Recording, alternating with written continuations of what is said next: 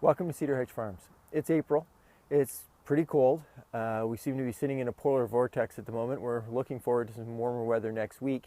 But we're getting ready, geared up. March was spent doing a lot of work in the greenhouse and some work out here. One of the things we're doing out here was building the hotbed behind me. Now what that is it's a cold frame made up of glass and wood. The wood actually comes from recycled garage doors, and the glass has also been reclaimed. So the whole thing has been a recycled project. The only thing we had to actually purchase new were a couple of sets of hinges. Most of them we also picked up at Habitat for Humanities and places like that. So we're hoping to get that planted. We've got lettuce and stuff in the greenhouse that is ready to go in. It's just been a little bit cold at night, minus 12 last night, to have it survive.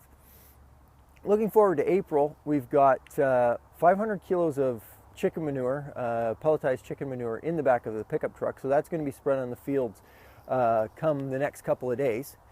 And then the next step will be trying to get the greenhouse plants in the greenhouse ready for going into the fields in May. So we're going to go into the greenhouse now. We're back in the greenhouse. So off to my side here, you see our little seedlings coming up. So at this end we have most of our peppers. The far end back there, we're looking at our little tomato plants, and across the way our microgreens. So with the plants here in the front, last year we had a real problem with germination. The reason we did was because we were using trays like this one down here. So this is a single cell tray, 50 cells in the tray, and we were seeding one seed per cell. But the problem with these trays is when you're off the grid, it's really hard to keep the soil at the right temperature. So we use our germination boxes that I've told you about in the last video to help get these started, and they started really well. The only issue is now we have to transplant all these. So each one of these little seedlings is going to have to come out of here and then be manually transplanted into another box a little bit bigger, or a pot, depending on if we're using these for our fields or if we're going to be selling them, to have them grow up to be big enough to get them into the fields come May 24th.